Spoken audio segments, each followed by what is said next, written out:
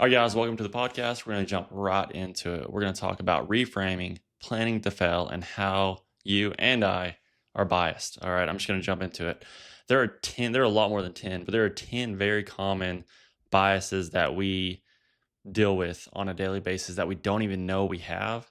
And I'm going to unpack those. After that, we're going to look into how to reframe and start thinking a lot more objectively than subjectively through our own eyes and our own lens and our own perspective. We're going to talk about specifically how planning to fail can make you succeed way better than you would ever expect.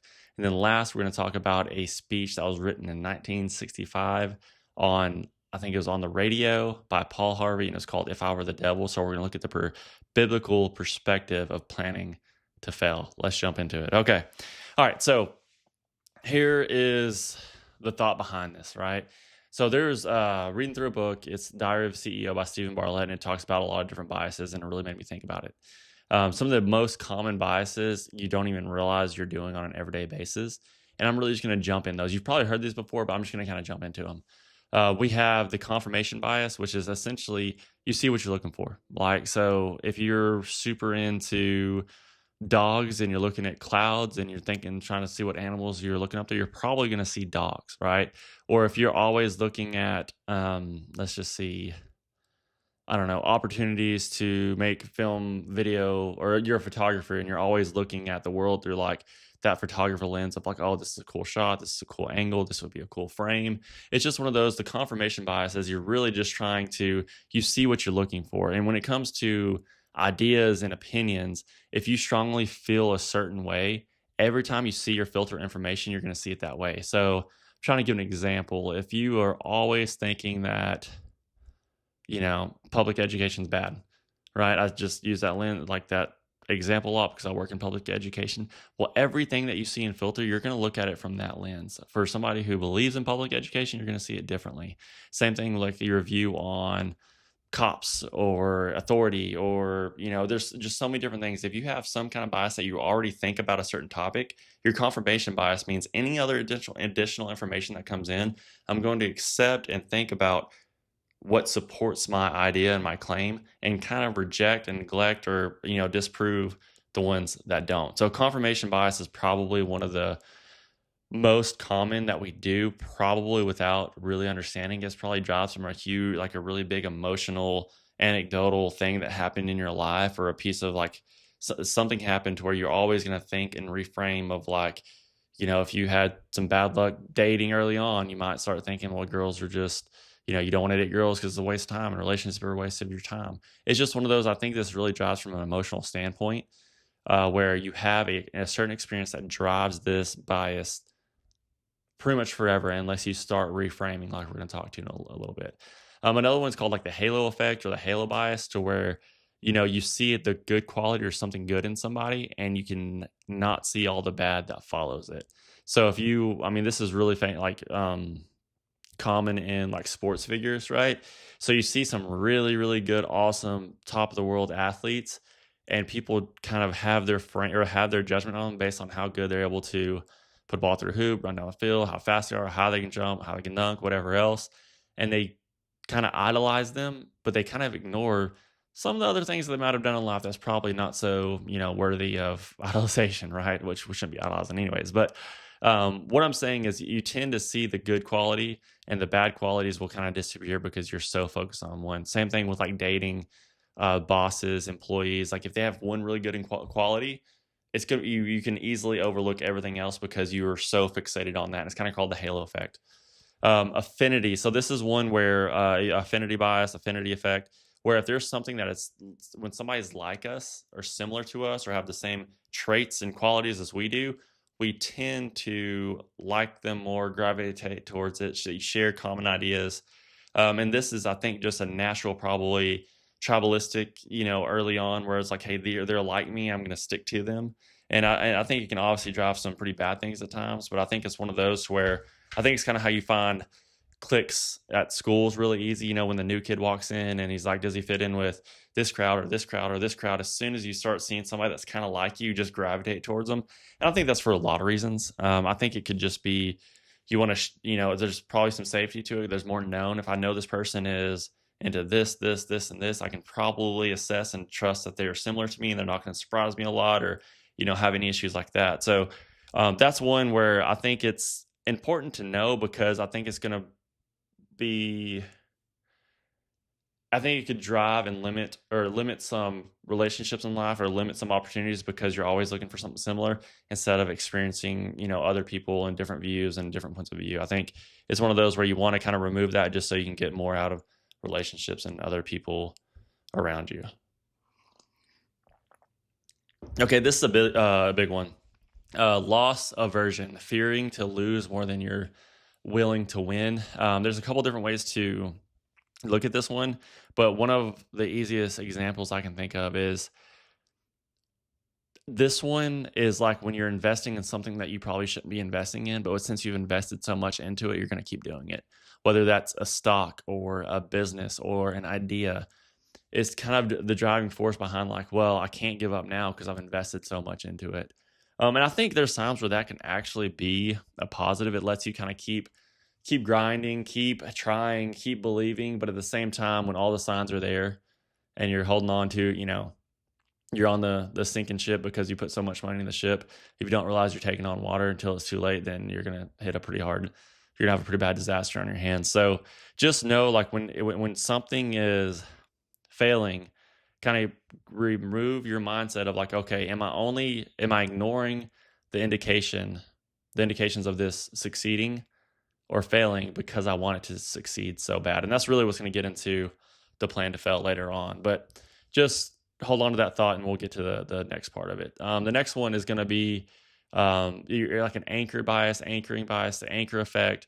And really it's just you kind of hear some information and you base everything on that first little set of information from there on. So as soon as you hear something about, I'm trying to think, let's just say you get news or wind of this is the new thing to make all the money, the new business, right?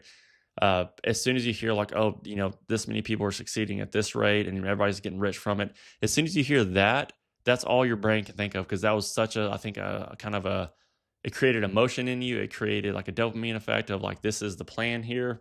And then it's going to, let me see this. Let's see, kind of get that fixed. All right, so the anchored effect means you have one piece of information that you're holding on to that you learned early on, and you're not really accepting anymore. And it kind of goes in with some other biases too. But the biggest part of it is you get so invested so early on because you're like, hey, this is the greatest thing ever. Have you not heard about this? And everything you kind of get obsessed on it because you're like, I know this works because I saw it. And you start rejecting other information because how great this information was to receive. So it's kind of called an anchored bias or an anchoring bias there. There's also a recency bias, which is very similar. It's like the latest piece of information that you have is the most relevant. So whether it's a new, diet program that's supposed to be the next big thing, as soon as it's just the last one you heard. So you just put all your chips into that and that's all you talk about, think about. Whatever happening in your life tends to kind of consume your thoughts and your biases on it. So it's one of those where you could probably ignore old, consistent, faithful principles that's happened and worked in your life, but the newest best thing that's just recently on the mind or popular, you put more time into. And just because it's just so recency, it's a recency bias. Or recent, it's a recency bias. Another one is projection. So this is one that I struggle with really bad, and I think that's a part where I've realized I've gotten a chance to speak in a couple different situations, and I realized I do this really bad, and it's called projection bias, where you're essentially assuming you're talking to others that have, that think and see things like we do. So for example, if I'm super into, let's just say, a video game, right? A certain video game. If I'm just so into this and I start talking to other people about this game and how cool it is, I'm assuming that they like the game. They like to play video games. They like to play them, the types of games that I like to. And I'll start just spilling like how great this is. And I'm trying to tell them about this.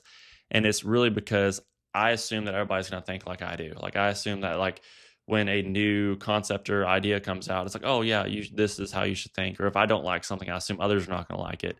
It also goes with like the information that you have. So when I was talking about speaking in this, I realize when I'm speaking to other people, I'm trying to speak to a bunch of 100 different me's, if that makes sense. It's like I'm trying to reach and gain knowledge from where I'm at and above and trying to figure out things. And I want to give that to my like different versions of myself, if that makes sense. It's kind of a weird way to say it.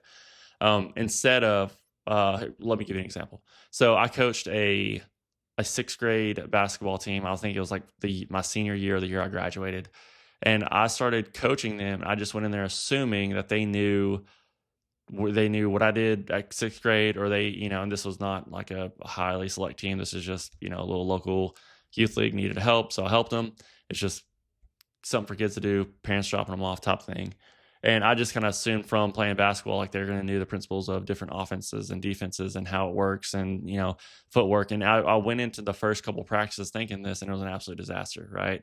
So I was projecting that these were little versions of me when they really weren't, right? So it really made me an ineffective coach. Same thing with anything leadership wise. So let's just say we get back some information that certain cells or numbers are just not good. And I come up with these, ideas in my mind, and I think through it. And then I go tell my team what I'm thinking. If I do that, I'm just projecting that they have looked at the problem as much as I did. They think the same way that I do, and they think this is going to be the solution. And I assume that they're going to buy in immediately. So the projection bias, you're just projecting yourself on others and assuming you're talking to versions of yourself. And I know that sounds kind of weird, but it's just one of those where you have to assume, kind of like blank canvas. So if I'm building up to like that offense or defense when I was coaching that team, I needed to start from ground zero and work up, right, for me to get them to where I thought they would have been. And like I said, that's just the quickest example I could think of off the top of my head. Another one, and this one probably drives you crazy when you see it in other people, it's called the self-serving bias. And this is essentially you want to take the credit but not the blame. Like when things go right, it's easy to kind of throw your name in the hat and be like, yeah, I saw this last second and kind of came up with this idea. I thought it would work. I'm so glad it did. Then maybe kind of play the humble card of like, yeah, the team really took off with it, or everyone really bought in, like, but you're really taking it. But when things go south and you get some bad news, it's like, yeah, I tried to tell that person, they just didn't really listen. And you start essentially blaming really quick. The self-serving bias is one of those you're going to see and be frustrated in the workplace with a lot of people, right? But that was probably one of the biggest, experiences in coaching that probably when I, early on was, the kids get the credit and the coach gets the blame. And that's just the way things are. And that's the way it should be, right? So it's one of those where in leadership, it's one of those for sure where like you have to flip this on its head, where everyone else gets the credit and you get the blame for everything. Like that needs to be the way in leadership, because that's where the influence comes from. But even on a coaching team or like everywhere else, like you, your local football team, if they're doing really good, man, those players are playing hard on today. But if they're not doing good, we got to get rid of those coaches, right? So, I kind of say that tongue in cheek because sometimes you have really good coaches in tough situations. But anyways, that's self-serving bias. The last one is probably the most rampant on the internet. It's called the Dunning-Kruger effect. And this is essentially where you learn a little bit about a topic and you think you know a lot about the topic. It's easy to fall into this because you start, especially with the rise of podcast and really clipping of podcast, where you learn a little bit about red light therapy and all of a sudden you're a pro at it, right? And everybody needs to do it. And this is why, and you're spouting off what you heard in there, but you really don't truly understand what it does to the body. But name that everywhere, like politics, research, any kind of issue where there's been any debate at all, people think they know a lot about something when honestly they don't, myself included. I fell into this. I do fall in this trap consistently. It's one of those where I have to slow myself down thinking, okay, I'm not looking at the whole picture. Yes, I listen to a podcast, but do I actually understand? Did I go up and look up the research that they cited, or the whatever they, any kind of sources that they have? Did I go thoroughly check them? Did I understand if it was biased, not biased? And that's all what we're talking about. But anyways, that's an easy one that we see a lot today, where you learn a little bit and you think you know a lot and you're wanting to share a lot. So Dunning-Kruger, you're going to see that one a ton there. But those are the 10 major biases that I've seen in my life, and that's kind of went with them. There's a ton of other ones, but the significance here is just understanding that there is bias. Like that's it. You need to look at, and we're going to talk about reframing and planning to fail in a second, but you just need to understand that you only have your perspective unless you seek others. You only have your thoughts unless you seek others. You only have your way of looking at things and processing information and coming up with the decisions unless you otherwise actively do it, because it is a so natural human nature to do those, last 10 that I mentioned. Like, that is, if you're cruising on default, you hit the cruise button, that's what you're doing. So if you're not actively seeking to break some of these biases, you fall subject to them, or at least I did. I would assume others do too. So, but before I jump into reframing, sometimes you can use biases, and it almost sounds like manipulation, but it's not. You can use other people's biases to favor the goal, the mission, and you, right? So, for example, I think there's a lot of probably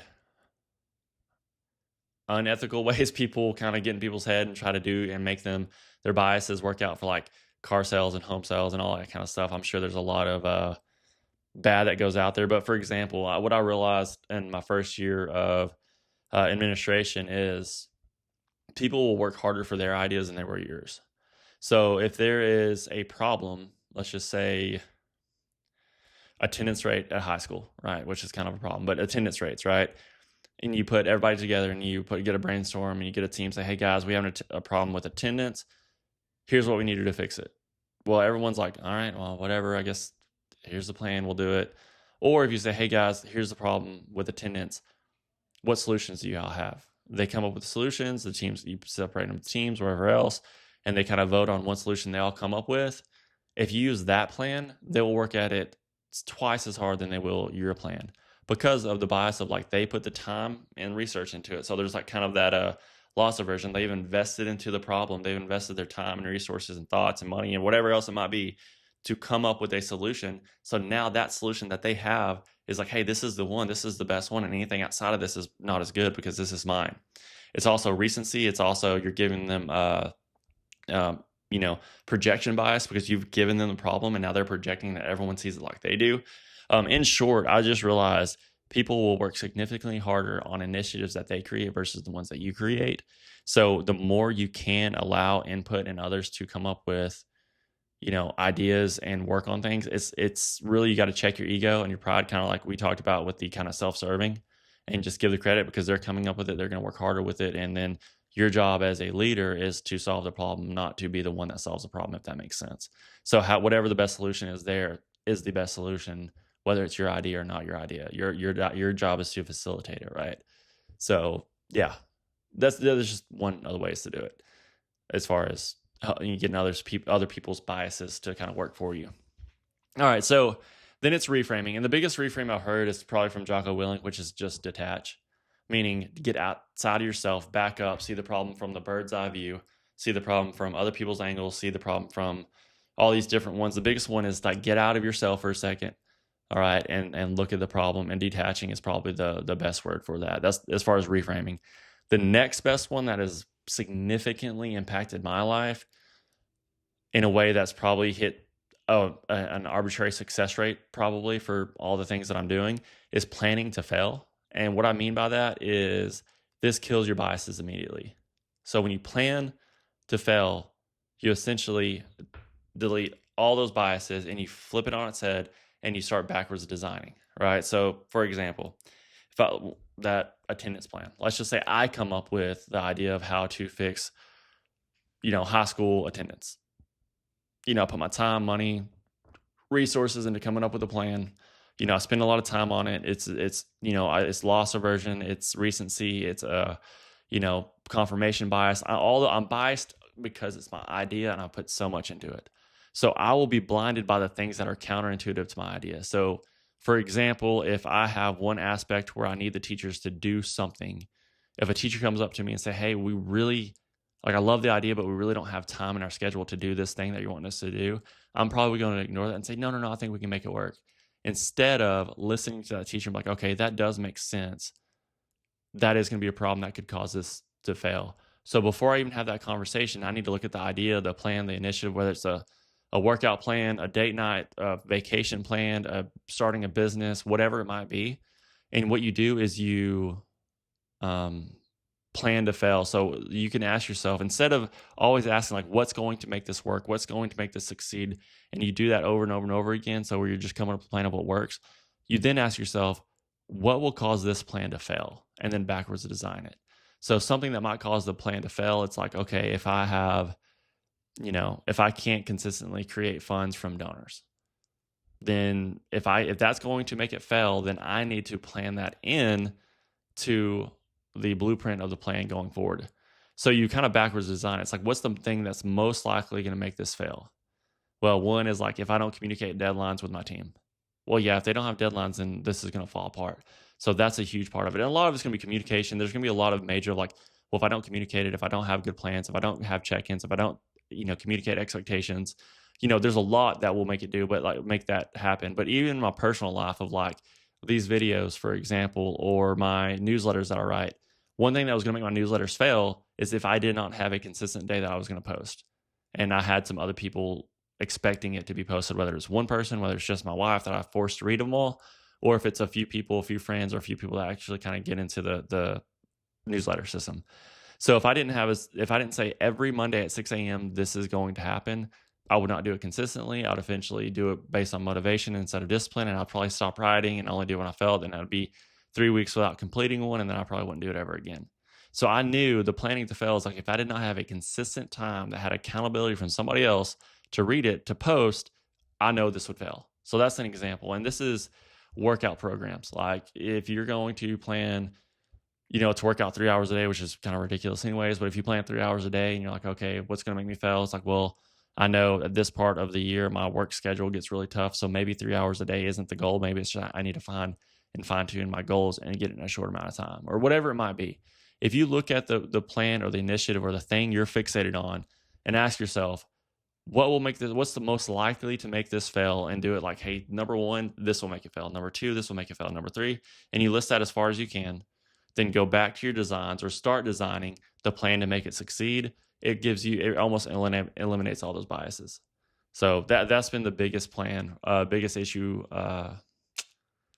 I would say the biggest element that's helped me do kind of some cool stuff in the education system and the campuses that I've been on. That's kind of unique and kind of different. I would say that's, I had to plan in that way. And a lot of it wasn't until I kind of failed a couple times on some stuff I tried to do. Then I started thinking like, hey, I don't want to fail in front of people again because that sucks. So what's going to make this fail next time, and how do I keep that from happening? So plan to fail. One of the biggest tips I could give anybody starting anything at any time. Okay, the biblical perspective on this, and there's not going to be a ton of scripture on this. This is just more almost like a thought exercise for you to do, or anybody else, in their faith. And it's just a thought exercise. And what I do in this is just shifting your perspective, because once again, you have a perspective of like, the whole world exists for me. Like it's by nature. You are your consciousness. Everything about you is you, and everything else outside of you is not you. So when I'm talking about this, it's like you do have a natural bias to see the lens of the world from your perspective. So one of the thought exercises to look at, and it really changed how I saw scripture, is we read it from our point of view of, hey, I'm just a dude. I want to live a good life. I want to know, heaven sounds awesome. What do I do to get there? This is all for me. Like, it's just even naturally, even with good intentions, you're probably going to think about yourself quite a bit. But when we're looking at scripture, understand that, try to look at it from, it sounds crazy, but kind of from God's perspective, because he is essentially creating all of humanity, laws and rules and systems and things in place to help and benefit all of humanity for his glory, right? So this is his world, right? We're just kind of playing in it. So the reason I say that is because a lot of the things that kind of offend, I think, a lot of people when we hear laws and rules and, expectations of Christians and commandments, is that I think it feels like a personal attack on us. Well, like, I prefer this, and the law says that he just must hate me. That's not it at all. The idea here is that he's creating a set of rules for everyone to flourish, communities to flourish, right? And to exist for like with him and for him and forever with him. So a lot of it's community driven of how we interact with each other, right? The key, the biggest cornerstone, commandments. Even when Jesus was asked this by the Pharisees, was what is the important of all the commandments is to love your God with all your heart, mind, soul, and to love your neighbor as yourself. Right. So just those two alone, if we just look at it for a second, we then have to ask ourselves, why would we be expected to love others as ourselves? Well, for one, we love ourselves a lot. It's just self-preservation. You naturally want when life sucks and things are going bad, it does not feel good. So you want things to be good for you. But a lot of times we're misaligned on what that's going to bring us. So we think that we have to achieve what's for us by seeking things for us. So essentially, if I really want comfort or power or money or status, those I think I need that because I know that that's a natural human nature. When I see people who have the things I don't have or have power or have wealth, it seems like that's what I need to make sure I feel better and not feel bad. Like I feel pleasure instead of pain in life. But actually, what's going to happen is we're seeking selfish gain that's probably going to hurt others. But when we seek to serve and love others, that's actually when we feel more fulfilled. It's actually flipped on its head. But the way to look at this is I used this example in the newsletter that I wrote on this.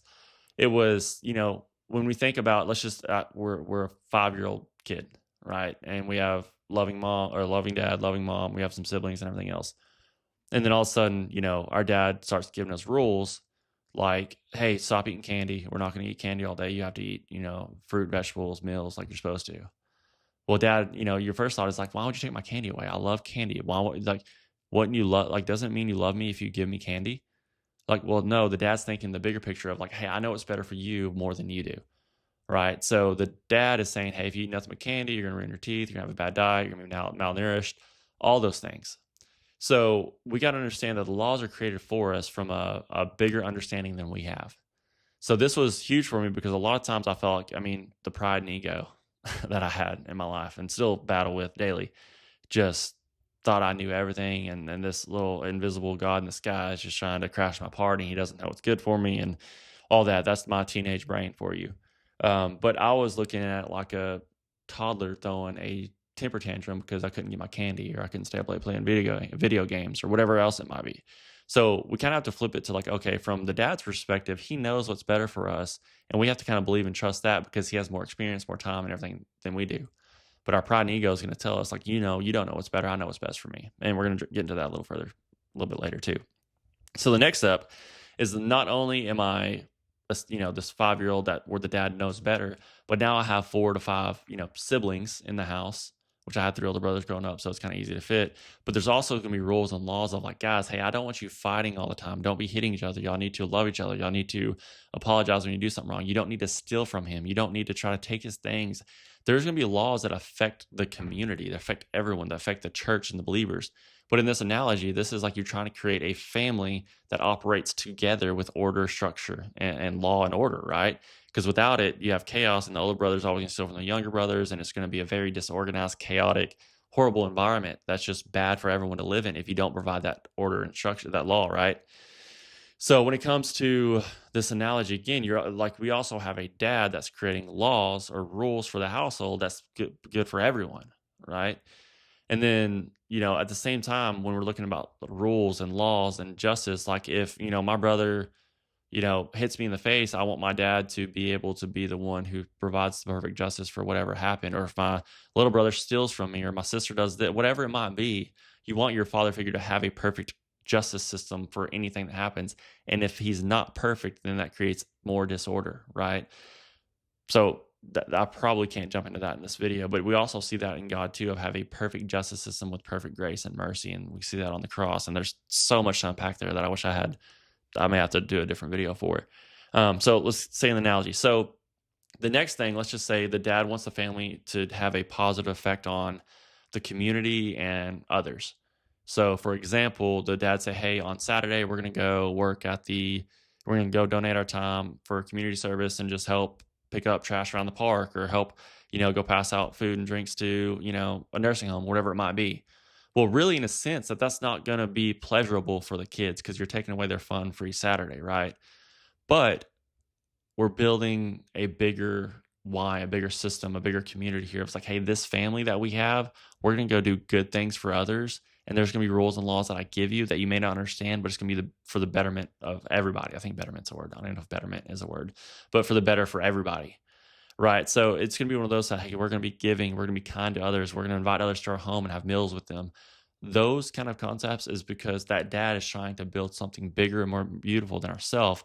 But if we stay in the lens of our personal experience of, everything exists for me, my dad exists for me, my family exists for me, everything in the community in the town exists for me, then you're going to have a pretty miserable, flipped upside down mindset of what God's actually trying to do in our life through this dad analogy. So that really helped me kind of deepen my understanding of the Bible, the rule, the laws, the commandments, Jesus, the cross, God's justice, God's mercy, God's grace. Like that kind of flipped my script a lot when it came to my perspective. So that's one frame shift that I think it's important to kind of look at. Not that we can ever truly understand God's perspective or anything, what God could be thinking, unless he reveals it to us in scripture or revelation. But that's really all, that shift helps me a lot because it gets me, once again, it detaches yourself from behind your own eyes. So the next one is actually going to be more towards the plan to fail mindset. So I mentioned in the intro that there's a speech it was a pastor named Paul Harvey in I think it was 65. He did on the radio, and the speech was called "If I Were the Devil." So essentially, he goes through a bunch of these, scenarios saying like, well, if I were the devil, I would do this, and if I were the devil, I'd do this. So we got to understand, before we jump into this, we got to understand what the enemy, Satan, the devil, wants, and he's here to kill, steal, and destroy. That's it. I mean, that is what he is designed to do: kill, steal, and destroy everything good, everything holy. He is trying everything he can to hurt the Father through his creation, which is us. So anything he can do for us to keep us from aligning our will from God, he will do that because he knows he's way more wise than us, intelligent than us. He's been around a lot longer. He knows scripture a lot longer. He knows a lot more than we do. He knows that if he can, even in the nicest, gentlest way, keep us disconnected from God, that's going to lead to our destruction, right? That's going to steal our salvation. It's going to steal our joy. It's going to steal our peace, right? So kill, steal, and joy, and eventually kill us. So knowing that, then we can jump into the speech. So in the speech, and I've put it in the newsletter, and I'll link it to this video as well. So if you read the newsletter, it's not linked in there. It's written in there, cited in there. So he starts off going with really attacking kind of culture, pretty much saying, if I were the devil, I would make bad things, like immoral things, seem cool. So that's a wide range of things, but anything that's probably not good, of like, think about the things that are popular on TikTok right now, the rage stuff, the fighting people, the looting and rioting.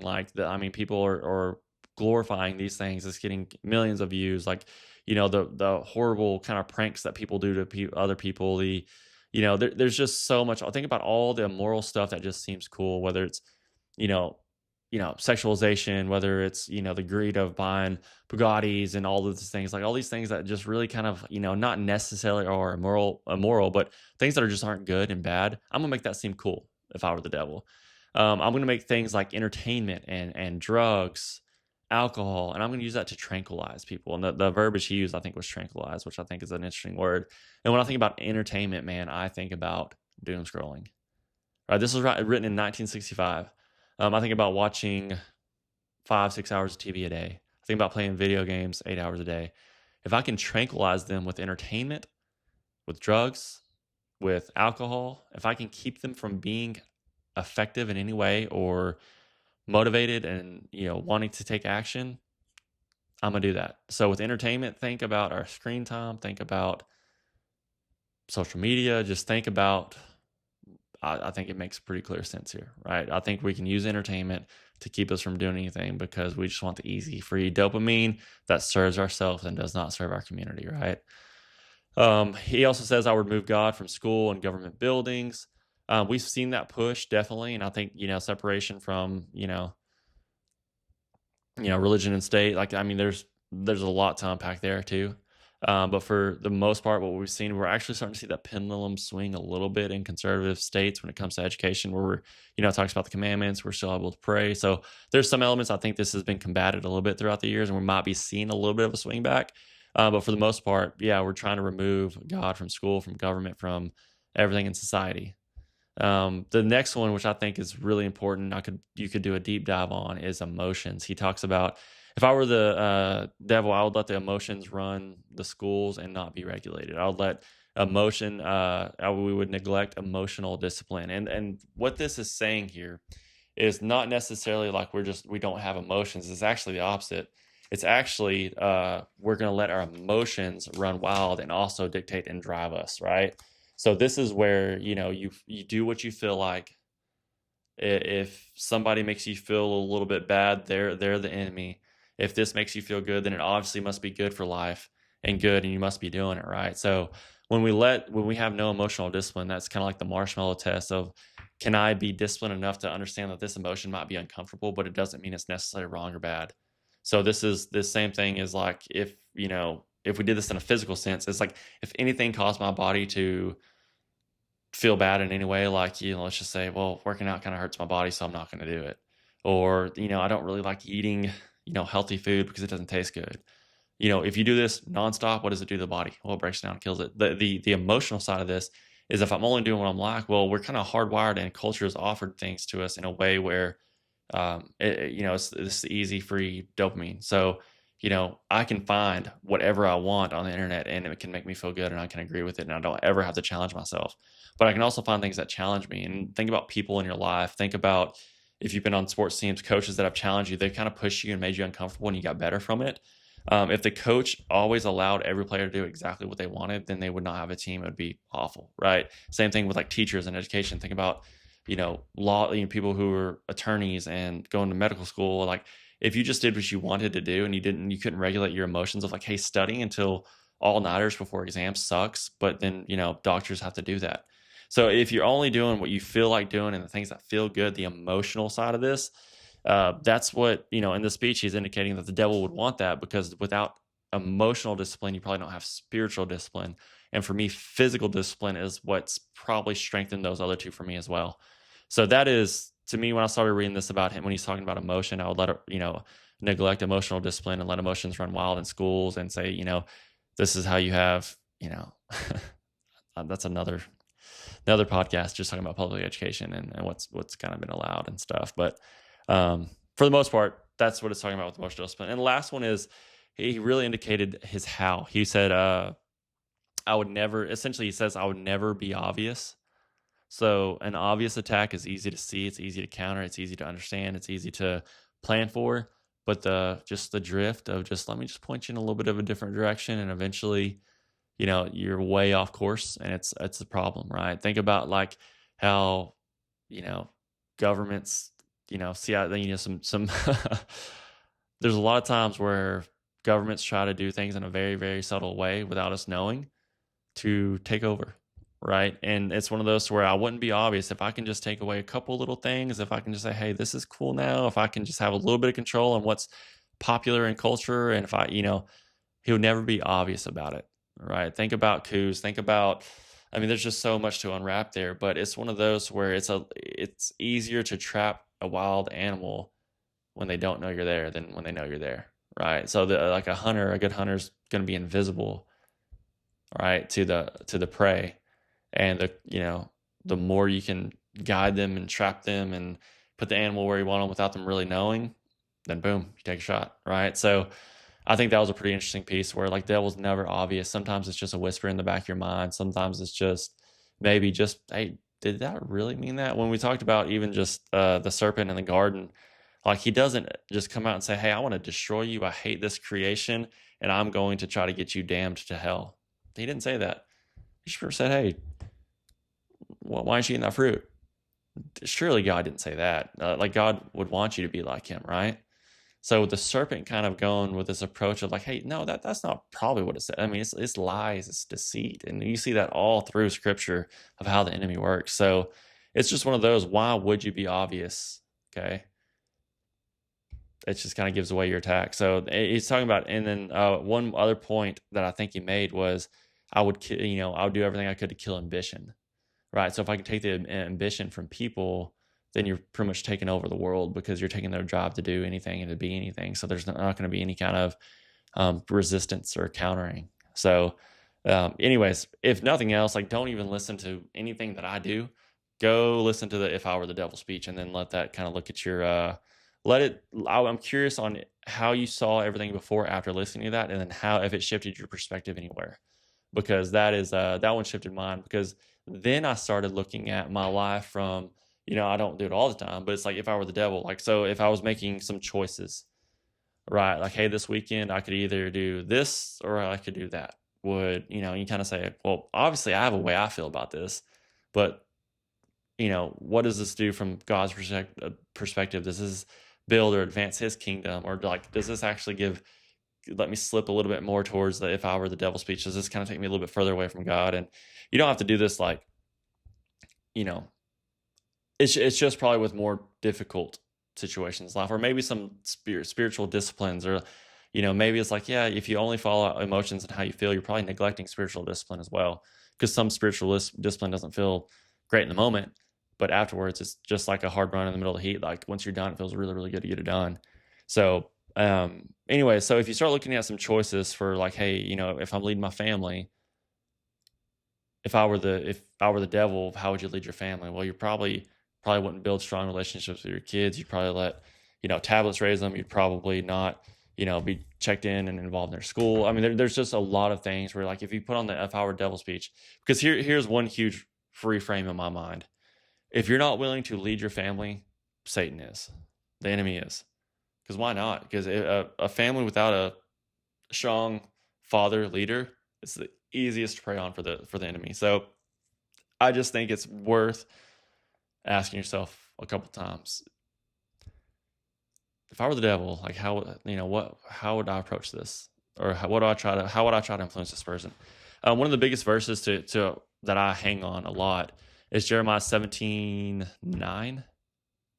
The heart is deceitful above all things, who can understand it? And what it's talking about is we don't even understand our own heart, like, because we have emotions that drive us, going back to the emotions that Paul Harvey was talking about, that say, oh my gosh, I 100% need this new house. Once I get this new house, I'll be happy. And then 5 years later, you're upset at the payment and you're looking at a bigger, different house down the street. You're like, oh, as soon as I have this house. Well, then your emotion said this is what you needed to be happy. But then your emotion said, I don't need this anymore. It actually doesn't make me happy. What I need is that. Or maybe it's a relationship, a boyfriend, a girlfriend, where it's like, oh, I can't live without this person. I need this person so bad. A few years later, you're like, I can't believe I even let myself cry over that person or get upset over that person. So when it comes to emotions, man, that can be so easily influenced by the enemy. Emotions of, I don't feel worthy. I don't feel good enough. I don't feel, my life doesn't have value, right? When you start feeling these ways, right, that should be an indicator of like, hey, my emotions can be manipulated. If I don't have good spiritual and emotional discipline, then my emotions will run my life.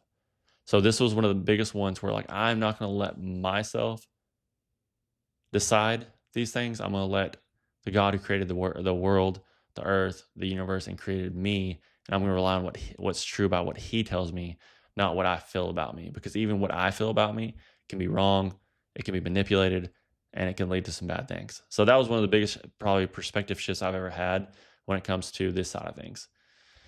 But yeah, I think I'm wrapping it up there. Plan to fail, fellas. That's what you do. You want to succeed, plan to fail, and then work backwards. Be careful on those biases, because they're working against you right now. Other than that, guys, this podcast did get out a little bit later than normal. This was our first week back to school, and I work in public ed, and it's been busy. So it's just one of those where I'm going to wrap this up. I'm going to go ahead and finish up the next newsletter, which is going to come out, hopefully, if I post this tonight, which I hope I do. It's going to come out in the morning, Monday, 6 a.m. I'll write about this a little bit more polished, a little bit more in depth. If you'd rather read on that, you can. We're coming up to a year on the newsletters, which is pretty cool, the anchor points. At 1 year, where I'm going to do kind of a special written piece, and I'm going to kind of shift gears a little bit. I'm kind of excited to do it, but I mean, I've kind of fulfilled what my plan was to do that, and I think I'm going to reevaluate plan to fail for the next year, work backwards, and then keep this thing going. Other than that, guys, appreciate y'all. I really do. Anybody listening to it, especially to this point, minute 45 of this video, really do appreciate you guys. I hope it's bringing you value. That's the goal here. It's one of those where I'm facing imposter syndrome every single day when I do this. Every time I click that red button there, every time I press send on those newsletters, every time it's just like I feel like I'm not worthy. I feel like I shouldn't be doing this. I feel like nobody should listen to me, but I'm not letting my emotions drive me. I'm letting my spiritual disciplines and my emotional disciplines and physical disciplines drive those. So that's what I'm trying to do, but I still have those mental battles. There was I'm just going to include this real quick. There was a last Soul Standing. It was an ultra marathon that just came up. The dude's Mark something. I can't remember what it was, but his last name, but he's the guy that won it. He said that he was running by one time. He said, every step I take lets me know that my mind is lying to me. And he's pretty much saying my mind and my heart. And that's how scripture reversed to the mind and the heart, kind of the same thing. But it says, my mind is lying. Right. And what it's saying is like, I feel like quitting every single time. I feel like quitting on every single step, but I choose to take that next step. And man, I'm telling you, I'm getting chills right now thinking about that because it's just a freaking awesome video. But anyways, really cool. Trying to keep doing this. I really do appreciate you guys. Hope you have a great week. See ya.